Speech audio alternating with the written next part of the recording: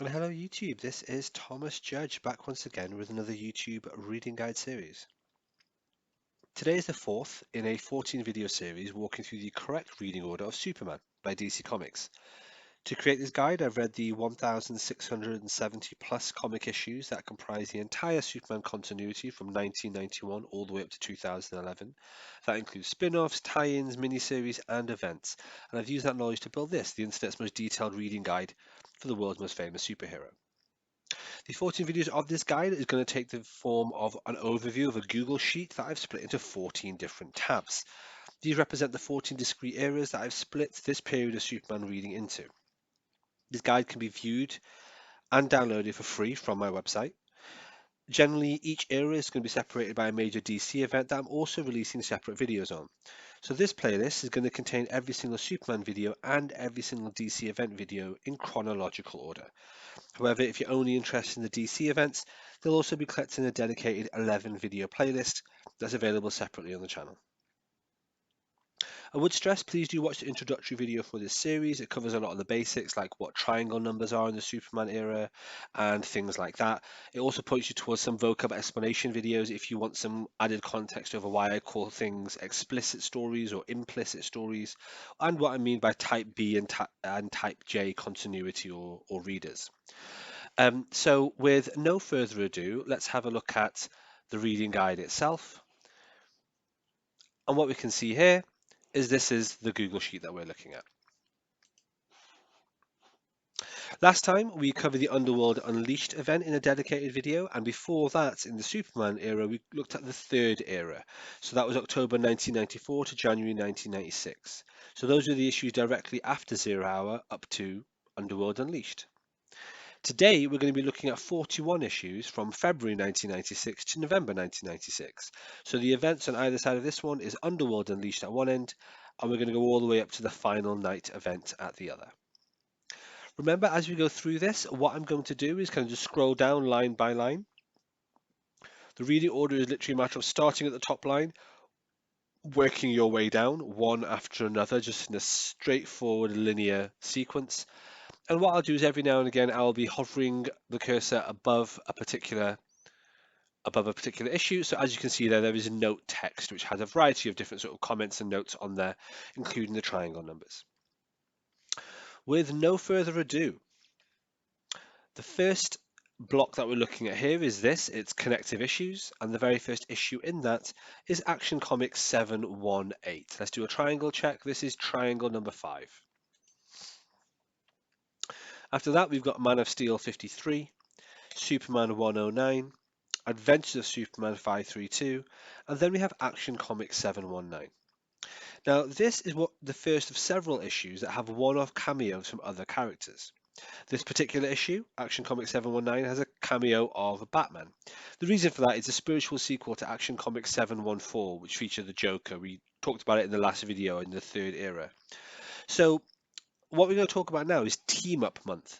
This issue, Action Comics 719, is the first issue of Team Up Month, and the subsequent 4 issues that we're going to discuss as part of this 5-week month are all part of Team Up Month as well.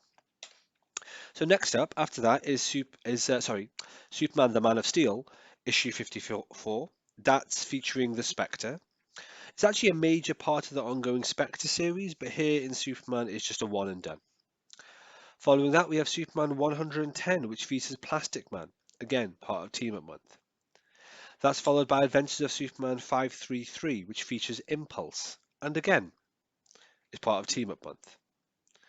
And that then takes us, with no further ado, to Superman Man of Tomorrow, number 4. That features Captain Marvel. You may know Captain Marvel as Shazam. And again, this is Team Up Month and the last part of Team Up Month. Next up, we have Action Comics 720. This is no longer part of Team Up Month. This is quite an important issue, though. It's kind of semi-legendary. This is where the engagement between Lois and Clark gets broken off. Don't worry, there'll be a happy ending soon enough.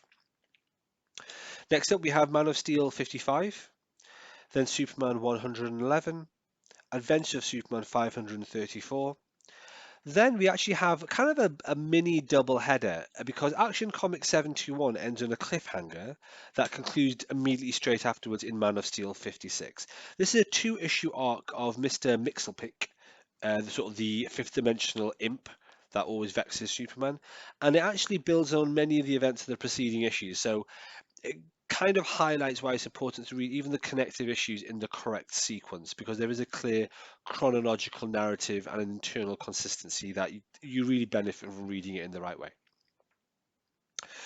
After that, we then have Superman 112, Adventures of Superman 535, Action Comics 722, which ends on a sharp cliffhanger, which again is continued in Man of Steel 57. That then takes us to Superman 113. And finally, we have Superman Man of Tomorrow number 5, which is quite an important issue, not least of all because it's got Lex Luthor getting married. Let's have a quick check there. We have Triangle 25 for Superman Man of Tomorrow, issue 5. If you're unsure why Man of Tomorrow is such an infrequent publication cadence, that's something that you should probably watch my last video about because I discuss it in more detail there. Next up, the next arc is Identity Crisis. Under no circumstances confuse this with the story arc from the 2004 DC events because it is completely different. Anyway, this is Adventure of Superman 536, Action Comics 723, Man of Steel 58, and Superman 114. Identity Crisis is a completely middle of the road, bog standard kind of body swap story. It's followed by a 3-issue arc called Where Monsters Dwell, which is really simple. It's Adventure of Superman 537, Action Comics 724, and Man of Steel 59. Each of these is a cliffhanger that leads into the other, so you need to read all three of them together. You don't make any sense to them if you don't read them in this sequence, unless you're a triangle check. So Man of Steel 59 is triangle number 32. I would point out for Man of Steel 59 that it actually has quite a few references in that issue to the ongoing Steel series of the time, but you don't need to read that series to make sense of this. Okay, so the next one we need to look at, so Arc 4 of the fourth era, is connective issues. There's only two issues here. One of them is Superman 115, and then it's Adventures of Superman 538. Interestingly, that then takes us to the next arc. Arc 5 is explicitly named as the Bottle City. Now, bear with me here, because this is really weird. This story is about a magical wizard called Talos, who we saw in Superman 107. He was a Monster of the Week villain. He should not be confused with Telos, who's from the New 52 post-Convergence, and is a different villain, basically. Now, Talos, the magical wizard, has a tiny city called Kandor in a bottle. This city is kind of a weird mystical city composed of lots of different aliens from lots of different times and places, including, as it turns out, mainly Daxamites. This is all very odd because if, much like me, you've only ever heard of Kandor in a couple of specific contexts, what you'll be familiar with the idea of Kandor being a city that was captured by Brainiac from Krypton before the destruction of Krypton, and therefore it's full of Kryptonians. At this point in Superman mythology, which is kind of the mid 90s in terms of publication, this idea of Kandor having been stolen from Krypton by Brainiac hadn't really settled yet, and it was all very unclear as to what Kandor actually is. Anyway, with that out of the way, there's only 3 issues here. It's Action Comics 725, Man of Steel 60, and Superman 116. That then takes us to the 6th story arc of this era, and the 6th story arc of this era is just connective issues. It starts off with Man of Tomorrow number 6. I'll just highlight here that's Triangle 38. And then it continues with Events of Superman 539, which is Triangle 39. Just in terms of Man of Tomorrow issue 6, I should point out as well, actually, by the way, it features a villain called the Jackal, who we last saw in Action Comics 683. The Jackal is nothing to do with the Marvel villain, the Jackal. Do not get confused. Anyway, then we have Adventures 539, as I said. Then we have Action Comics 726. This features the character of Barrage. Now, Barrage is someone who lost his arm in Superman Annual 2. You don't need to read Superman Annual 2.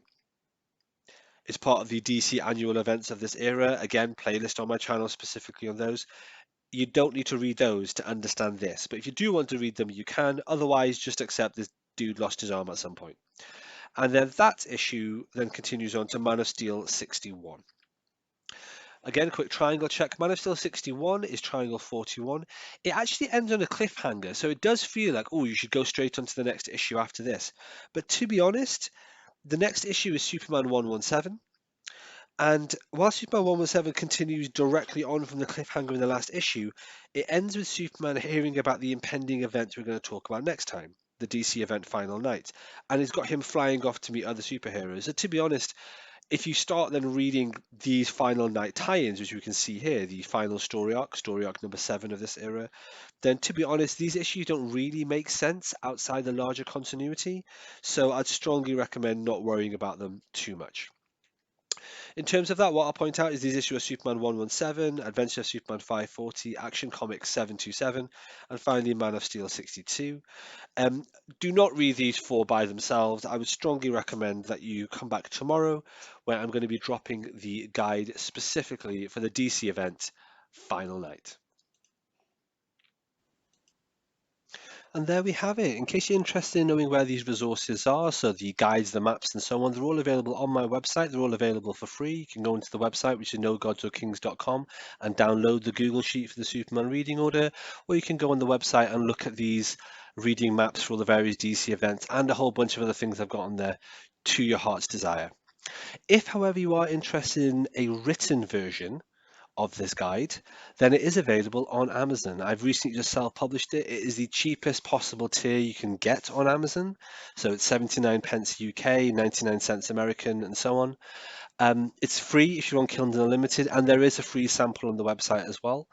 The reason I put this onto Amazon is kind of a proof of concept. I'm interested to see if people are interested in the written guides, whether or not people want to pick them up. And also, it's a good way for me to bat off all the people that are going to be in the comments asking for a Batman guide. If you want a Batman guide, I don't really particularly have any interest in doing one, but I will do one if this book gets 500 reviews. So if this book gets 500 5-star reviews, then I will start doing a Batman reading guide at some point. I don't think that's going to happen, but there we are. Of course, feel free to support the channel by picking this up. Of course, like, comment, and subscribe. But as always, the best way to support the channel is by picking up one of my other books, which isn't a non-fiction reading guide. It's actually a fictional, completely original superhero story. It's prose, so not a comic or words, but it's about superheroes in just a really interesting kind of post-apocalyptic dystopic idea. The first 4 books of the series are out, and if you want to support, please pick that up. Thanks for watching. Until next time, stay classy.